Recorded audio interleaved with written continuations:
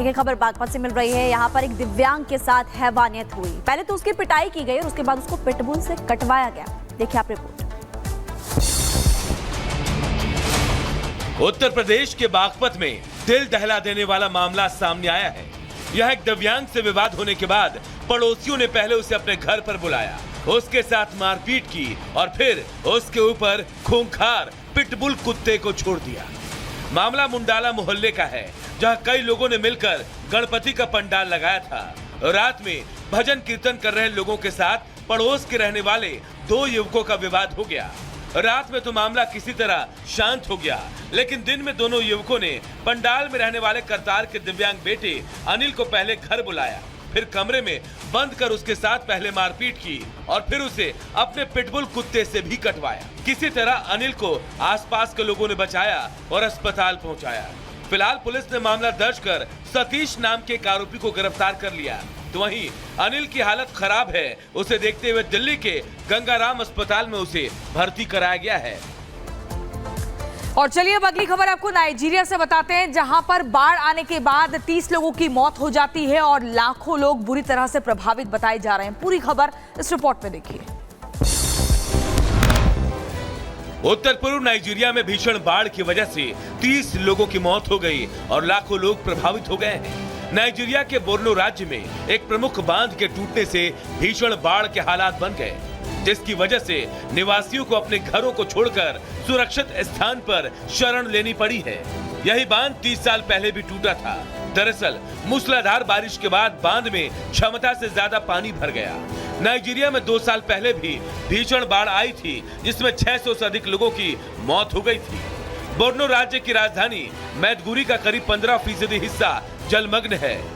राष्ट्रीय आपात प्रबंधन की माने तो अभी बाढ़ से 30 लोगों की मौत हो चुकी है और करीब 10 लाख लोग बाढ़ से प्रभावित हैं। बाढ़ से प्रभावित लोगों को सुरक्षित स्थानों पर पहुंचाया जा रहा है। यहाँ विस्थापितों की संख्या बढ़कर 20 लाख तक पहुंच सकती है। बाढ़ से प्रभावित लोगों के लिए राहत बचाव कैंप भी खोले गए हैं। Bureau report, Republic Bharat. Break के बाद एक बार फिर आप सभी का बहुत स्वागत है। आतंकवाद को पालने वाला पाकिस्तान अब बूंद बूंद को तरसेगा। जी हां, आपको बता दें, भारत की तरफ से जो नदी का पानी पहुंचाया जा रहा था, पाकिस्तान की प्यास बुझाने का काम लगातार हो रहा था सिंधु नदी के माध्यम से, अब वहीं उस पानी को रोकेगा भारत। आपको बता दें, भारत ने पाकिस्तान को अल्टीमेटम दे दिया है और अल्टीमेटम देने के साथ साथ 30 अगस्त की वो तारीख थी जब नोटिस भी भारत ने पाकिस्तान को भेजा है। ये जानकारी आपको दे रहे हैं। आपको बता दें, भारत ने साफ कह दिया है कि आतंकवाद पालोगे तो पानी नहीं मिलेगा। सबसे पहले आपको सिंधु नदी के बारे में बताते हैं और फिर एक रिपोर्ट दिखाएंगे।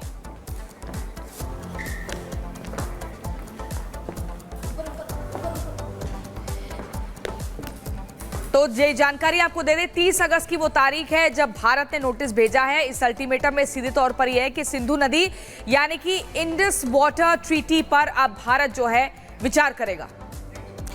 और देखिए, भारत बंद करेगा पाक का पानी। इससे जुड़ी हुई जानकारी आपको और ज्यादा विस्तार में देते हैं। 3000 किलोमीटर लंबी सिंधु नदी तिब्बत से निकलती है और आपको बता दें कि मानसरोवर झील के पास से ही इसका उद्गम होता है।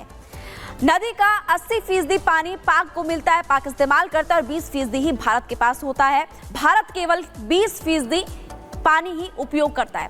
नदी पाक के 18 करोड़ लोगों की प्यास बुझाती है और भी कई जगहों पर इसका इस्तेमाल किया जाता है। जैसे कि पानी में पाक की अगर बात करें तो पाक में 2.6 करोड़ एकड़ जमीन की सिंचाई इसी पानी से होती है।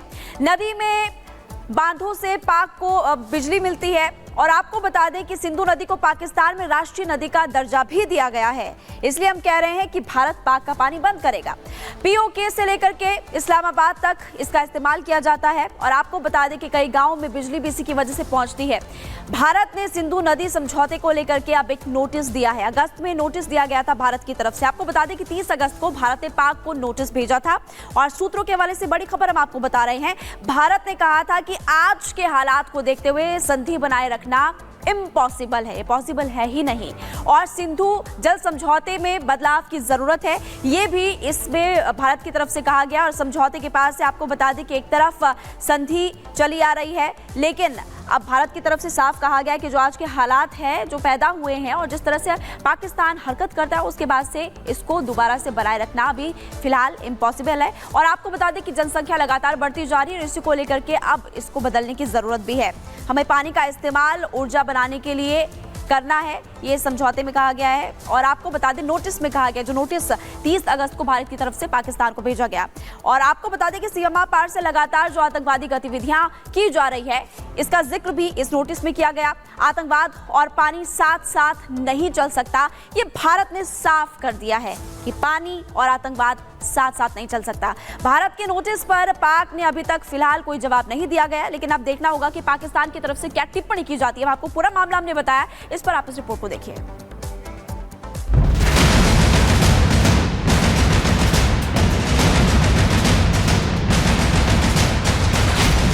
आतंकपरस्त पाकिस्तान जिसके खून में धोखा है। पाकिस्तान एक ऐसा देश है जो जिस थाली में खाता है उसी में छेद करता है। पाकिस्तान जो सिर्फ और सिर्फ आतंक की भाषा जानता है। पाकिस्तान जो अपने नापाक मंसूबों के लिए सरहद पर बार बार सेंधमारी करता है, लेकिन सरहद पर भारत के वीर जवान आतंकियों को मुंहतोड़ जवाब देने के लिए काफी है। और अब वक्त है कूटनीतिक रास्ते से भी पाकिस्तान को जवाब देने का। इसी के तहत भारत ने सिंधु जल समझौते को लेकर पाक को ये नोटिस जारी कर दिया और बता दिया कि अब बहुत हुआ, पानी भी लोगे और आतंक भी फैलाओगे तो अब नए भारत में इसकी कोई जगह नहीं है।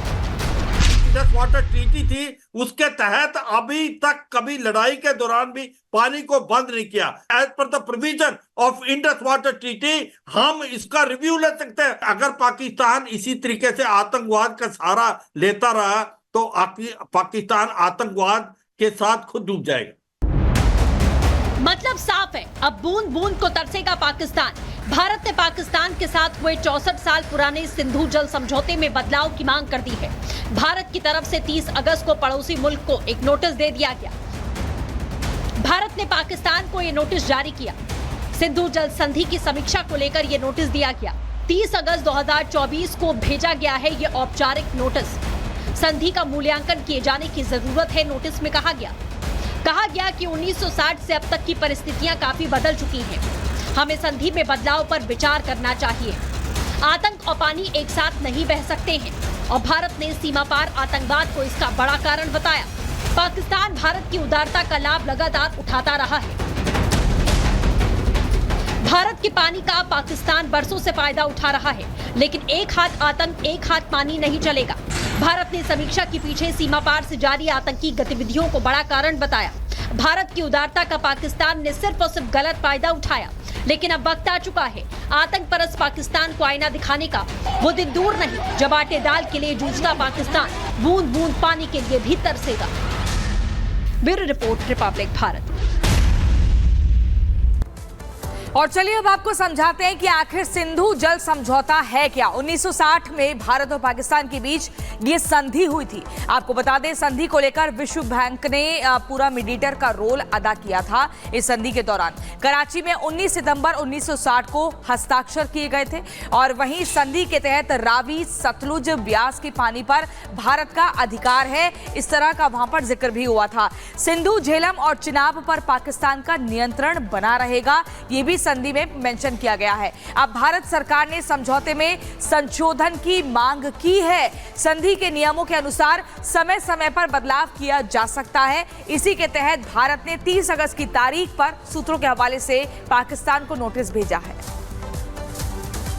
अब चलिए खबरों में आगे बढ़ते बात करेंगे उत्तर प्रदेश की, क्योंकि उत्तर प्रदेश में उपचुनाव को लेकर सियासी सरगर्मियां इस वक्त काफी ज्यादा तेज होते हुए नजर आ रही है। एक तरफ अखिलेश यादव आपको नजर आ रहे, दूसरी तरफ सीएम योगी आदित्यनाथ। अखिलेश यादव जहां उत्तर प्रदेश के मुख्यमंत्री योगी आदित्यनाथ पर निशाना साध रहे, वहीं पर उत्तर प्रदेश के मुख्यमंत्री योगी आदित्यनाथ भी अखिलेश यादव पर वार कर रहे हैं। अब की बार सीएम योगी आदित्यनाथ ने बिना नाम लिए हुए समाजवादी पार्टी पर निशाना साधा और कहा कि सपा में औरंगजेब की आत्मा आ गई है। देखिए आप रिपोर्ट।